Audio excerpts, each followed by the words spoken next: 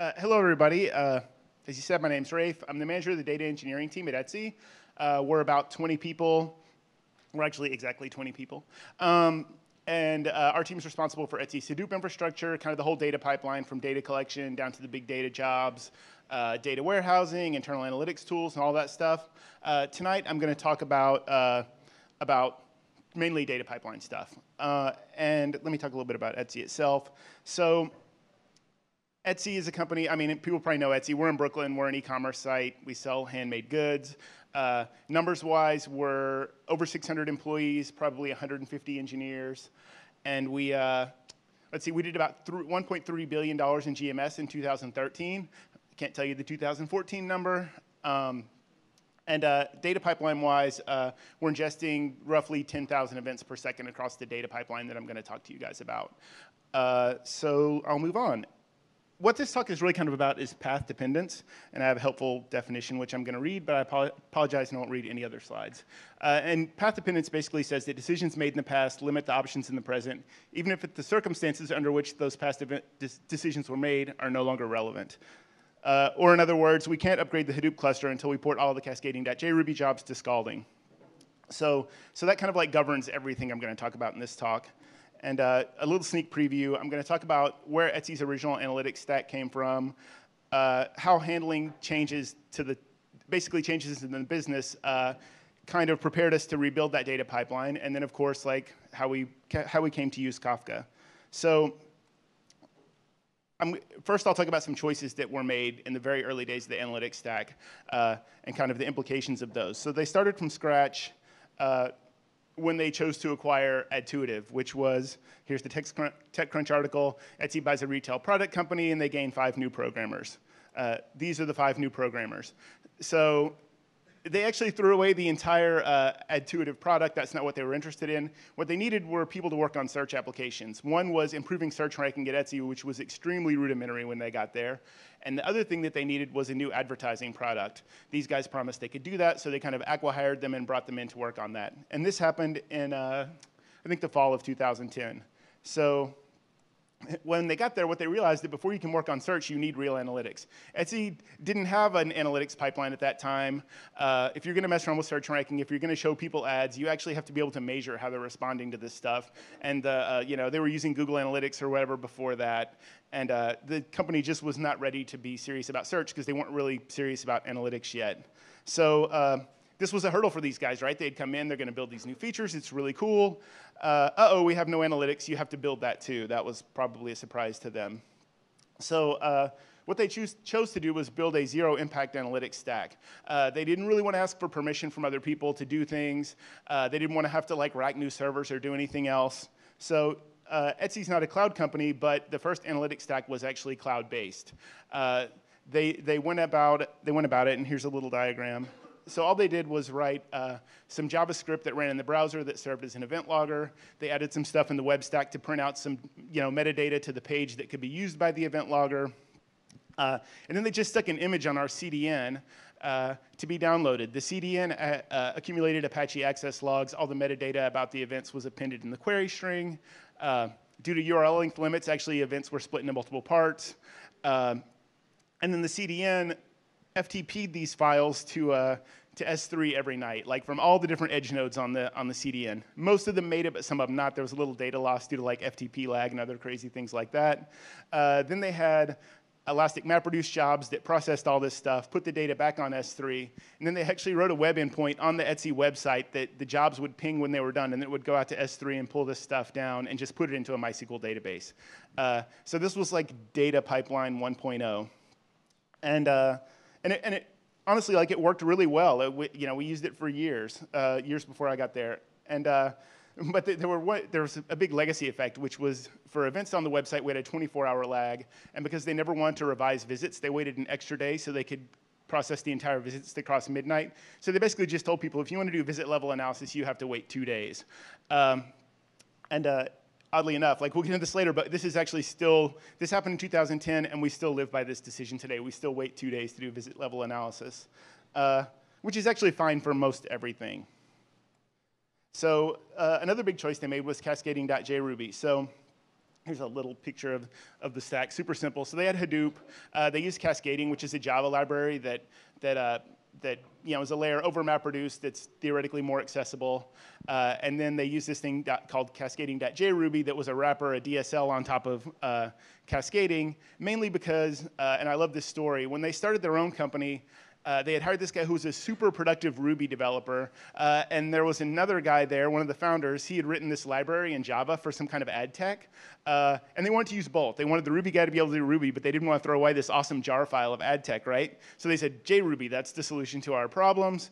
They ran Rails on top of JRuby, and this was their stack at the old company. So when it came time to do big data stuff, they cast about for something that they could use with JRuby as well. We had Pig on the cluster as well, but it was supported as well, but like cascading.jruby was what everybody used. So the other big choice, and this is actually another one of my favorites, is figuring out how to do visit serialization is hard. Figuring out what the rules around what a visit is hard. And I honestly don't know how they came to this decision, but they looked and said, well, Google Analytics sets a cookie in your browser that has the visit ID in it. It increments it automatically when the rules for a visit change. And handles all that stuff. And that cookie gets sent back with every request to the Etsy website. So as long as we track that cookie, we can just group all the events by that cookie, and bam, we have visits. So yeah, they just piggybacked on top of Google Analytics and didn't really worry about any kind of visit serialization stuff other than the actual grouping. So the benefits, of course, were a simpler ETL layer. You just group by this key that someone else gives you. All the visits were computed on the client side in this Google Analytics library. And it was super easy to reconcile against Google Analytics because you were using the same visit ID in both places. So it's like, how do we know if this analytics stack works? Well, the numbers are roughly the same as Google. We're happy with that. That is sufficient. And among other things, like we've been cursed to reconcile against Google Analytics forever since then because people trust it if it matches Google. So this is not directly germane to my talk, but I want to talk about it a little bit just because it was clever and I like clever things. So when they went about to start running A/B tests, they realized Etsy already had a feature flag library, and not only that, but people were already using it for these percentage-based ramp-ups of features. So you want to roll out some new infrastructure, you roll that to 1%, 5%, 10%, 50%. So they just added some additional logging so that printed basically all the feature flags and their values for the event logger, and the event logger logged all the feature flag settings that were checked on each page. So then they basically just told people, if you want to run an experiment, you launch it to a percentage, you hold it at that percentage long enough to get a statistically valid sample of data, and then boom, you have an A/B test. Like there's no additional special library for A/B testing or anything like that. Just use the config flags that you already know how to use, which made adoption super easy. They didn't have to write a bunch of new code. It worked out really well. And another big choice that they made, which made sense at the time, was they built an analytics stack around visit level metrics. So there are all sorts of metrics you can compute for web analytics. If you want to compute engagement metrics or do kind of cohort analysis, all sorts of other stuff.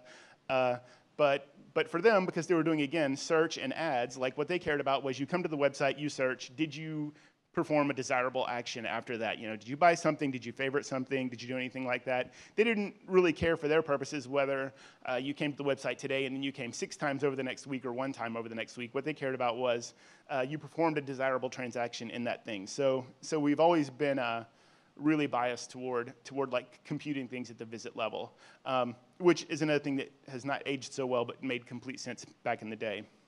So this is kind of like the picture of Etsy Analytics roughly from 2010 or wherever they finished like rolling this thing out originally, and early to mid 2012. So in 2012, a bunch of things started happening, and we had to start thinking about like how to react to these changes. Keeping 2 things in mind. One was the analytics stack could not go away. There were people running tons of experiments. They're making decisions based on the data from this analytics stack. And the other thing we've always had to keep in mind is we have to basically keep the integrity such that you can always do year-over-year comparisons. So we've never gotten to a point where we've been able to say like, oh yeah, we've made some awesome changes to the data stack, but don't compare visit counts from July 2013 to July 2012. That would irritate our analyst team, and we don't want to irritate them. They're our primary customers. So the first big dilemma we ran into was, how do we instrument the native app? So we've got this JavaScript event logger. It works pretty well for, maybe not as well as we thought, but we were pretty confident in it at the time. How do we instrument this native app that we're building? And so basically we decided on a set of requirements that might work for this native app. And the first one was that native app visits should have the same structure as web visits. We didn't want to have to throw away all the business logic we had encoded in the library we used for big data. We didn't want to throw away our jobs. So we basically wanted to make sure that they had that same structure. And the second thing was that the native app should use the existing data pipeline. We didn't have to want to write special ETL for the native app data. We didn't want to do anything special. So the point there was that even though downloading the beacon would be kind of a weird thing to do from the native apps, we wanted it to use that same beacon infrastructure so it could start at the very, very head of the data pipeline instead of like somewhere in the middle and having to reconcile. But the other side of it is that the native apps should buffer events rather than just sending them as they happened. You know, maybe you're using the Etsy app on the subway and you don't have a connection, or you know, maybe your cell connection's really bad and you'd have massive data loss if you tried to you know, send these events in real time. So it was all about buffering. So that led us to a solution, which was we added a new API endpoint for the native apps, which accepted bundles of events. So the event would so the app would buffer them. It would send them up periodically. It sent them to an API endpoint. And then the API endpoint accepted this bundle of events and then just iterated them over them one at a time and downloaded the image from the beacon servers over and over, you know, once or multiple times for each event that had been buffered, which I thought was a pretty clever solution to the whole problem. It made everything work the same downstream. And it was basically fine. The most interesting side effect of that was this gave us a backend event logger we could use for anything. So prior to that, every single event happened in the front end through JavaScript. And this was really painful for a certain variety of events. So like, think about if a user logs out. You're on one page, you click on the logout link, and you get redirected to some other page, and the kind of actual logout action happens in between. So it was very hard to capture with the front-end event logger. You could do like a JavaScript thing where you ping the event logger on the click, but if the browser left the page before the click was, you know, before the event was processed, it was thrown away. Like the data loss was 25 or 30% on those things. It just didn't work very well. So having this backend event logger turned out to probably be as impactful as having this native app event logging in the first place. So this was the first thing we did. We kind of set up the iOS stuff. We still, to be honest, struggle with like getting really good data from the native apps, but working on this native app project shaped a lot of the things we did subsequently. So the other big thing that kind of happened to us that we had to react to was the CDN diversification project at Etsy. And I'll tell you, like, I don't want to tell you guys too much about it. There's an awesome presentation online from some people on our ops team. It's on SlideShare. And you know, basically, like, you know, it's hard to negotiate with a CDN provider. You know, as far as they're concerned, they're like, you know, you're completely beholden to them. You can't turn it off. Your site can't serve all that traffic, and the switching costs are really high. So the ops team went out and said, we're going to make it pretty easy to switch between providers. And even now we have like a CDN dashboard, and we can, you know, turn 3 different CDN providers on all at various percentages. We can turn one off completely.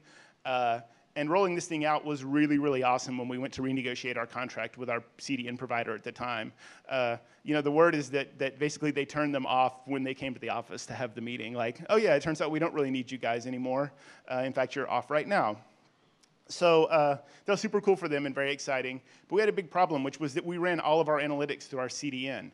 So if we wanted to be able to turn any of them off at any time, we were going to be screwed, right? Like, it would go away. We'd only be seeing a percentage of things. So at that point, we migrated to our own beacon infrastructure. We got, you know, 4 or 5 crappy servers that weren't being used for other things. We put Apache on them. And suddenly we had kind of our own front of the data pipeline. Instead of doing the CDN thing and FTPing things to S3, we had just some off-the-rack Apache servers. They'd hit a PHP endpoint that like filtered out some cookies and stuff. It wrote the access log there. And then we actually used the Unix logrotate program in cron as the beginning of our data pipeline. So it just uploaded these files periodically to S3. And again, actually, that's still how things work at Etsy. That's basically fine. It still kind of kept us in batch mode. At this point, we could have started doing the ETL more incrementally, but we still just went every night. At about the same time, we were rolling out our own Hadoop cluster internally. And this was a function almost entirely of cost. Our Elastic MapReduce bill had gotten really, really high, such that it seemed to make sense, or it did make sense, to go out and purchase like a 160 node Hadoop cluster. It's now more like 300 nodes, but But we built this thing and we rolled it out. The two interesting things to say here are, again, like it gave us a lot more control over everything. We threw away a bunch of crufty stuff when we did that. We had our own workflow engine that was also written in JRuby, of course. We threw that away and started using Uzi. We ported all these jobs to run on this new cluster rather than the old one. We had more data locality. Jobs launched faster. It was easier to teach users how to use it. We could build better tooling around it.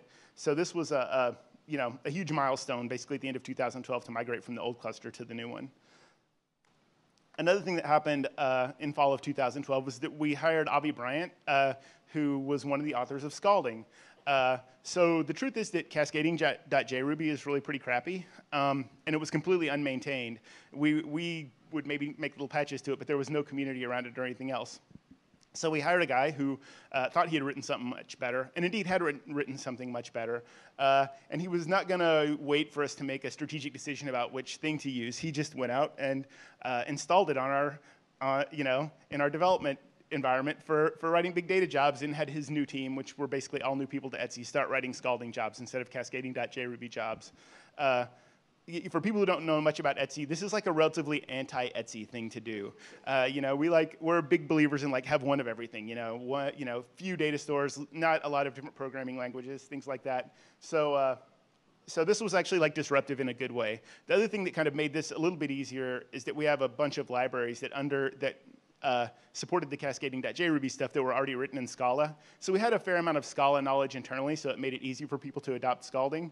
And it just kind of happened. And I'm going to do this a second time and say, like, there's actually a fantastic presentation about this by a guy named Dan McKinley, who used to work at Etsy, that goes into like why Scalding performed better and why people adopted it and all sorts of things. I would encourage everybody. He's also really a funny speaker, and I would encourage people to watch it just for that reason.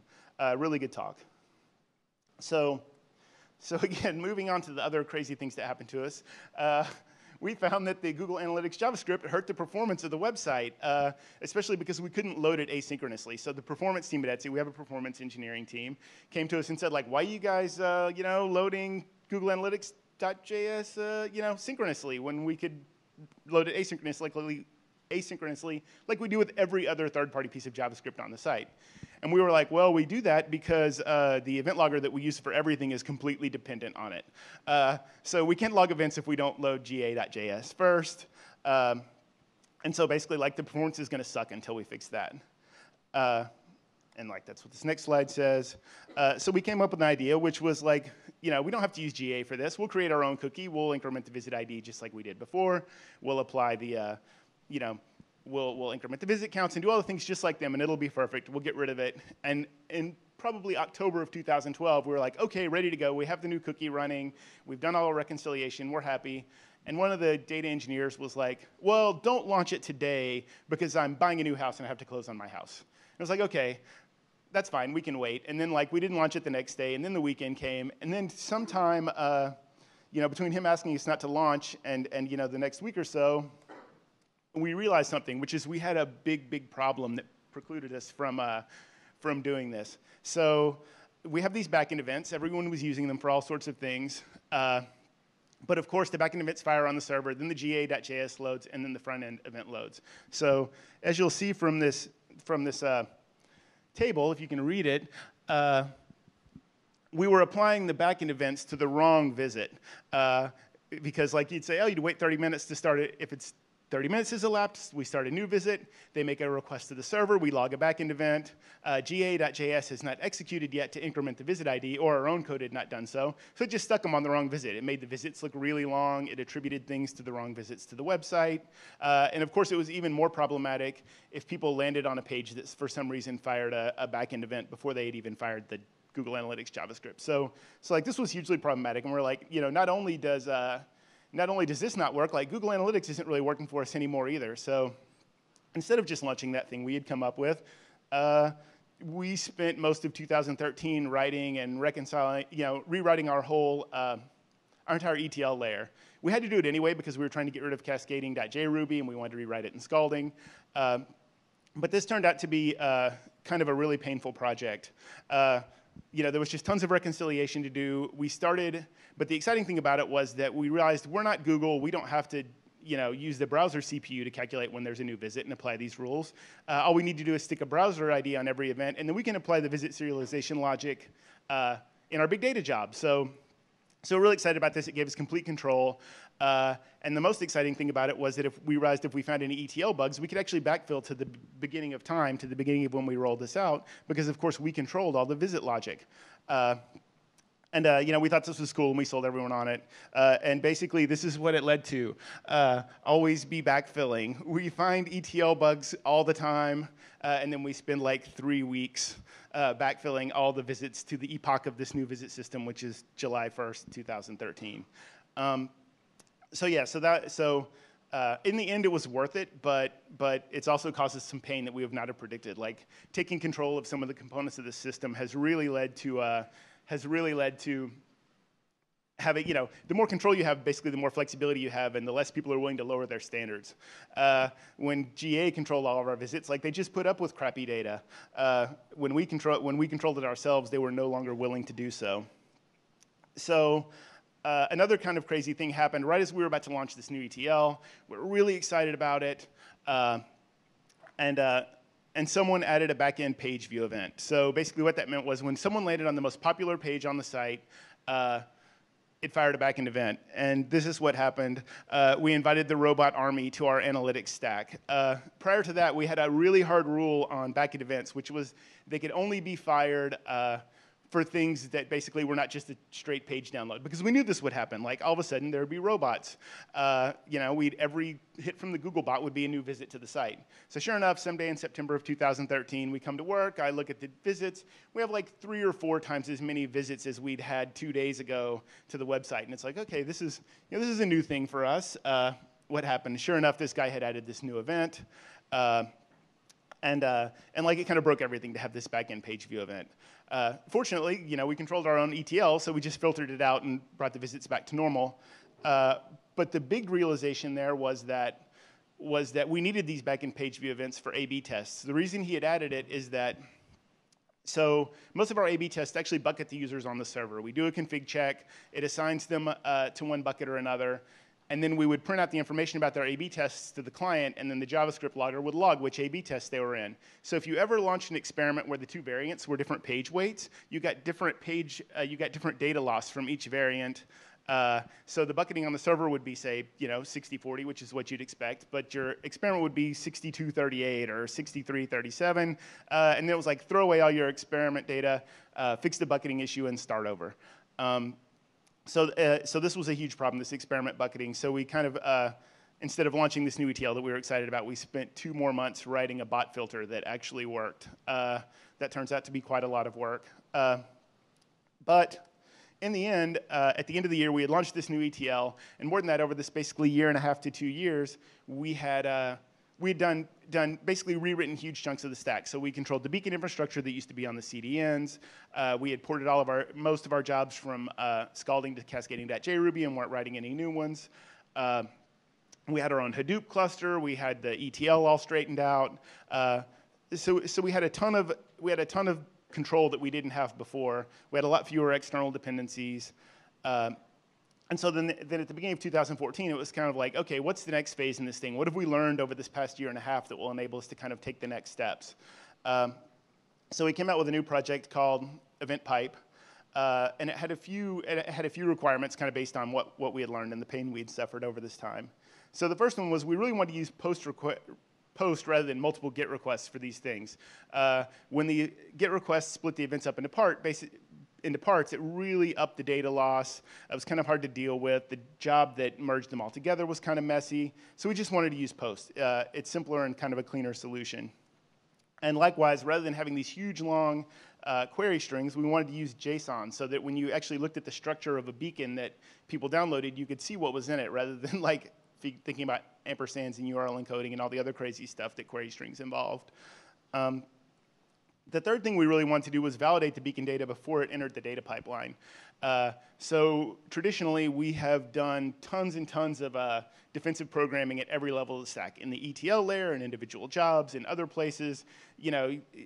It's the web, data is dirty, you expect to get an integer and you get like 500 bytes of JavaScript from some random spot on the page. and like then a job that's supposed to run every night fails because of this like data validation. So we thought, gosh, if we can validate these things before we ever even let them into the data pipeline, it'll make life easier. Prior to this project, we stored all of our beacon data in the native Apache log file format that it came in as. This is not terribly efficient. Again, like it's a pain. So we wanted to use a real binary serialization format for that.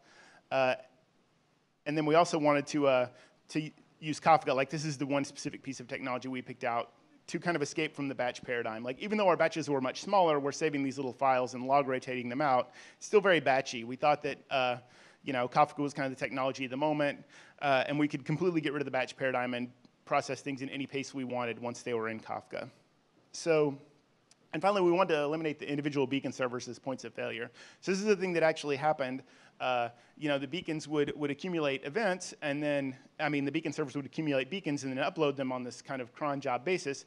They didn't even have RAID. So like if the hard drive in one of them died, you just lost all the unuploaded data. Another thing that happened one time is someone made a bug in a shell script that was uploading things to Hadoop from the machines. It was uploading them and deleting them, except that it wasn't really uploading. The error checking was wrong in the bash script because they had put an echo in and it was checking like the return value of the command. So it checked the return value of the echo command rather than the upload command. The error checking failed and like it just deleted 2 days of data before they could hit Control-C.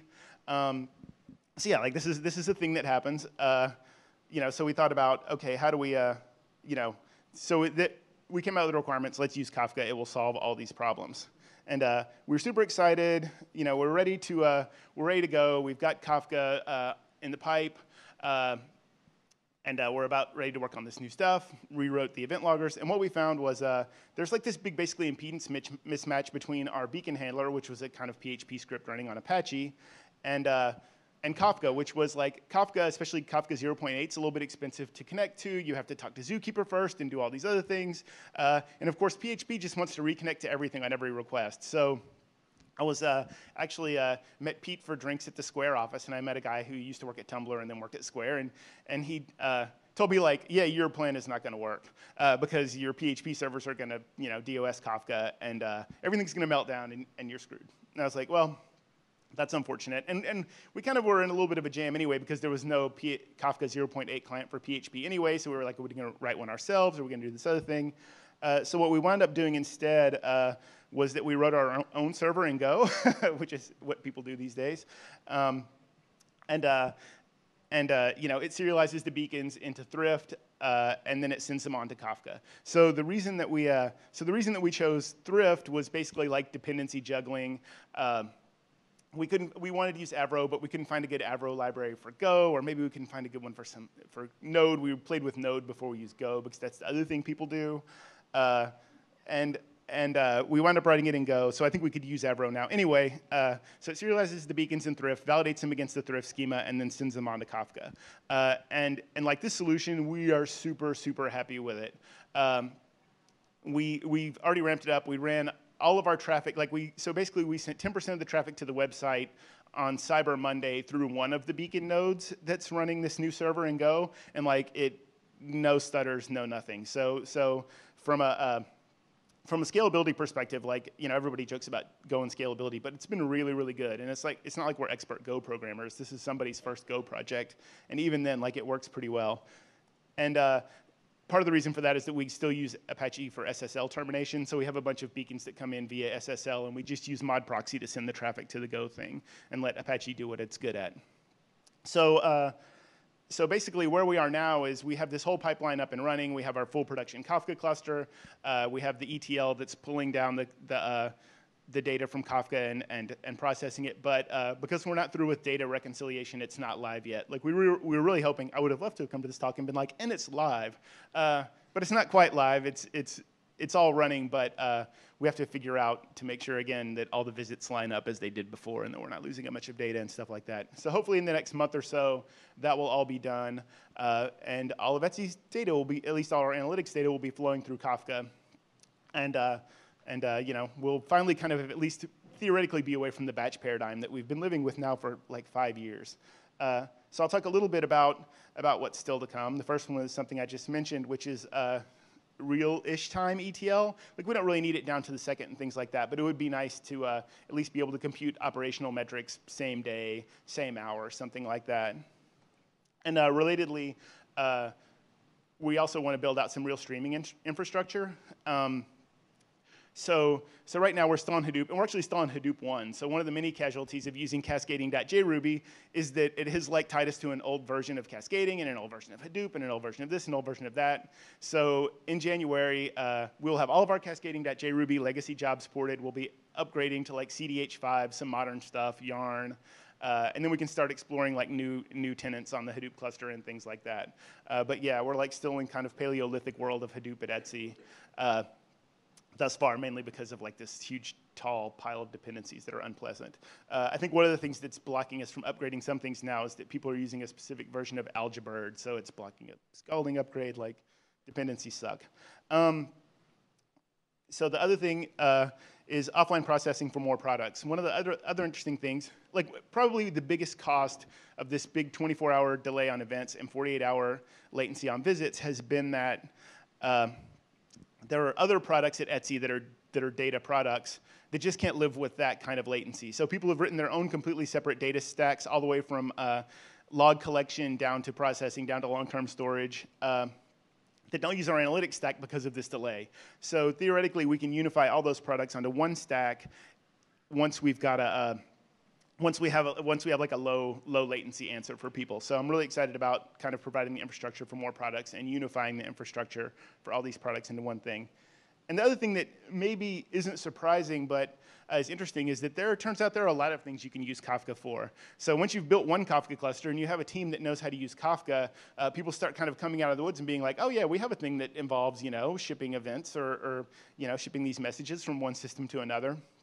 So it's been kind of interesting that even though we're not fully in production yet, we're already talking to a lot of teams who have projects next year that can leverage this new infrastructure. And finally, to wrap up, I have a couple of takeaways.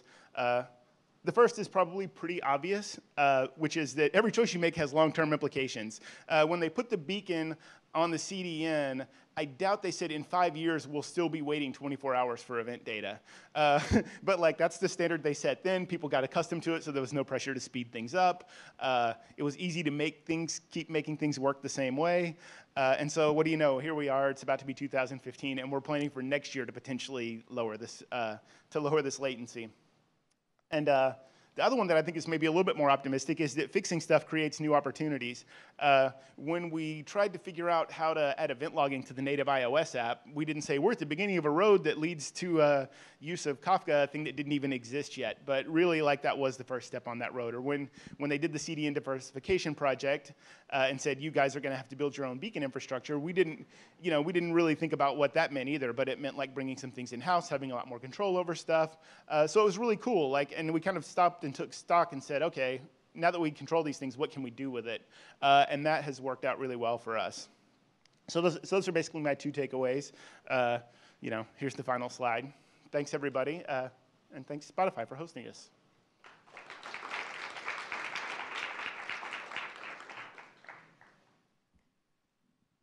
Do people take questions?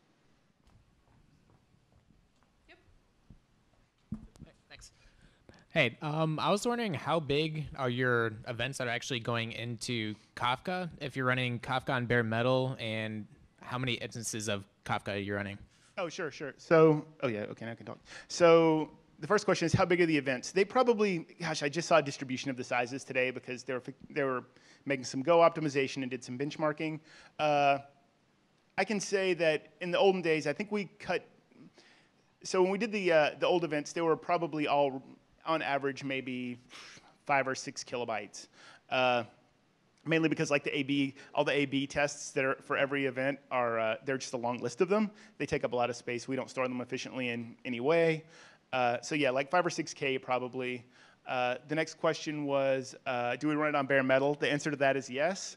Etsy basically runs everything on bare metal. So when it came time to do our real Kafka project, we went to PC Mall and ordered a bunch of PCs and like someone racked them and put them in there. And we're running it on Hadoop class machines.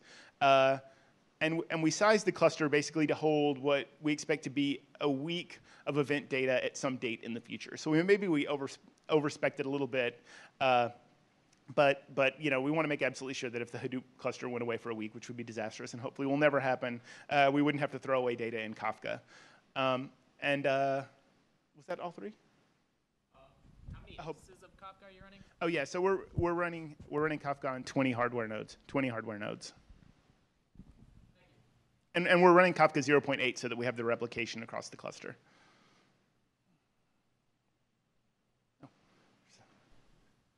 Thanks. So your takeaways really struck a chord with me. In particular, the first one, every choice you make has long-term implications. And I wanted to ask, I feel like some people would hear that and say, oh, well, we need to be careful. We need to take more time and think more thoughtfully and think things more through and think about what the long-term implications are. And some people would say, well, it's just the cost of doing business. You just have to, you can know about it, and that's nice, but really you just have to accept it, and if you move fast, you don't have time to think everything through, and just be aware of it. So where do you fall? Yeah, so where I fall is completely on the latter half, that I think basically the long-term implications of what they were doing were completely unpredictable, right? They had a problem they need to solve right away. They did solve their problem right away and went on, like long before we fixed any of these things, they did launch the new search ranking system and it performed incredibly well. They launched their new ad products, which was great for Etsy. So they completely fulfilled their own goal, and they got the whole company invested in the idea of running A/B testing themselves.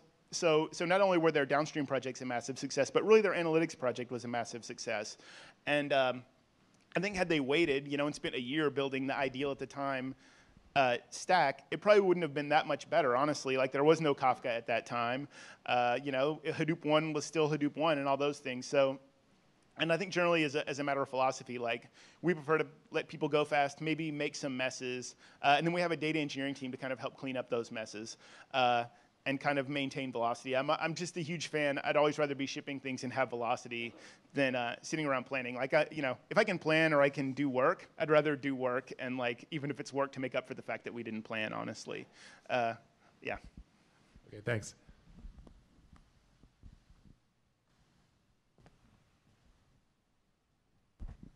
Is your Thrift Kafka interconnect either now or in the future going to be open sourced, or is it too specific to your use case?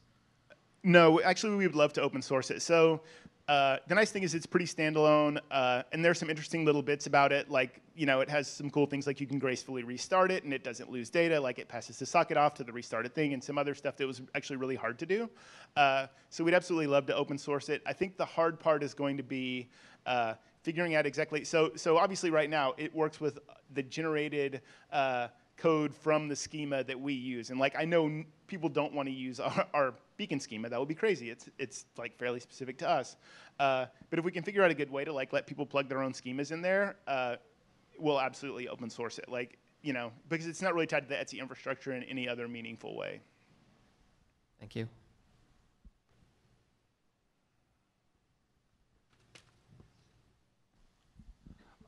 What's your partitioning logic for the events, and what's your replication factor?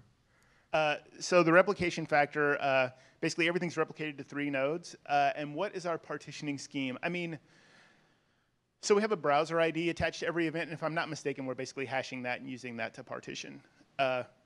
Don't quote me on that, even though I know it's on tape and stuff. Someone on the team could tell you exactly what it is, but I think it's hashing the browser ID. Just a related question. Since you're using mod proxy with Apache, which sends events to your Thrift service, are you flushing to disk if your Thrift services aren't reachable, or are you buffering or something at the Apache end? That will probably be version 1.1. So initially it was just like fire and forget. If it couldn't talk to Kafka, it just threw it away. Now we're buffering in memory, but like, if you filled up memory, it would start throwing things away. And yeah, we know that like buffering to disk is something we ought to do, but it's still more resilient than what we had. So we're sort of like going, making a mess and going forward, and we'll worry about like that level of resilience soon.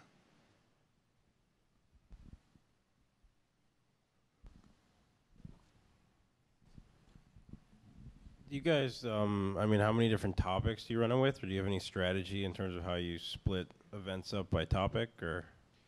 So right now we just have two topics. One topic is for beacons and the other one is for invalid beacons. So basically, if we can't serialize a beacon to the Thrift schema for beacons, we just put it in a really simple Thrift schema that has a JSON blob in it. And then that will probably actually be our first streaming analytics application, is to watch the invalid beacons topic and then alert if the volume goes up or alert on specific things. It's a really good thing for streaming because we don't want to wait for an answer on that, and it's relatively simple to understand. So that's kind of where we're headed with that. But yeah, we'd certainly have requests to add more topics to the cluster, and then we kind of have to balance, like, how much space is this thing going to take? How much runway do we lose on the beacon queuing by adding new things to the cluster, and how many more nodes do we need to add to kind of be at a level of confidence? And then I think the other big question we're kind of looking at is, is it better to have multiple Kafka clusters that each serve, a specific topic so that you have a lot of control, or is it better to have multiple Kafka clusters so that things don't stomp on each other? We don't know the answer to that one yet. We're kind of just getting started.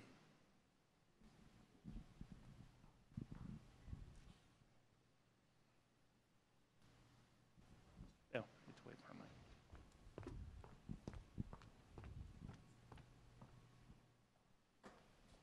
Sorry, this is a bit off topic, but what software stack does Etsy use?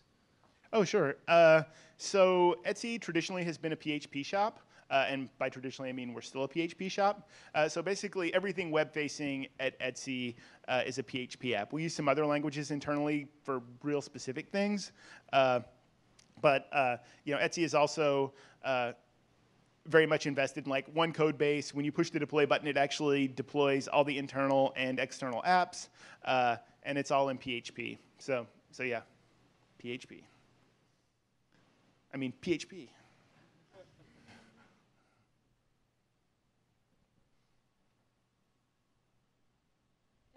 Cool. Great. All right. Thanks again, everybody. Thank you so much for talking.